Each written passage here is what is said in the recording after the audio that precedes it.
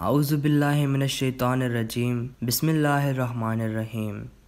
دوستو، آج ہم آپ کے سامنے حضرت علی رضی اللہ تعالیٰ عنہ کے اقوال بیان کریں گے۔ عقیدہ میں رشک کرنا شرک کے برابر ہے۔ عادت پر غالب آنا کمال فضیلت ہے۔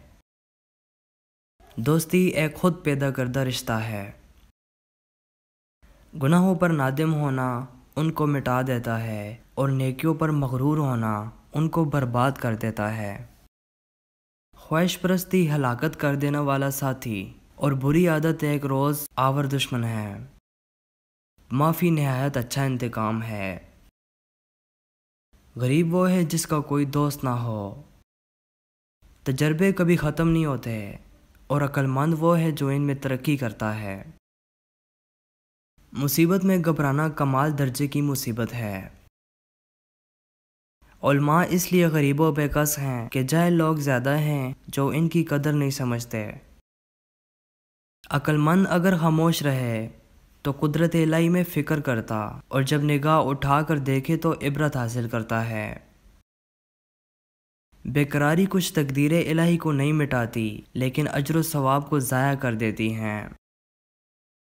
حرص سے کچھ روزی نہیں بڑھ جاتی مگر آدمی کی قدر گھٹ جاتی ہے۔ برا آدمی کسی کے ساتھ نیک گمان نہیں رکھتا کیونکہ وہ ہر ایک کو اپنے جیسا خیال کرتا ہے۔ میزان اعمال کو خیرات کے وزن سے بھاری کرو۔ حرام کاموں سے نفس کو روکنا بھی صبر کی دوسری قسم ہے۔ جو شخص خواہ مخواہ اپنے آپ کو محتاج بناتا ہے وہ محتاج ہی رہتا ہے۔ اپنے دلوں سے دوستی کا حال پوچھو کیونکہ یہ ایسے گواہ ہیں جو کسی سے رشوت نہیں لیتے۔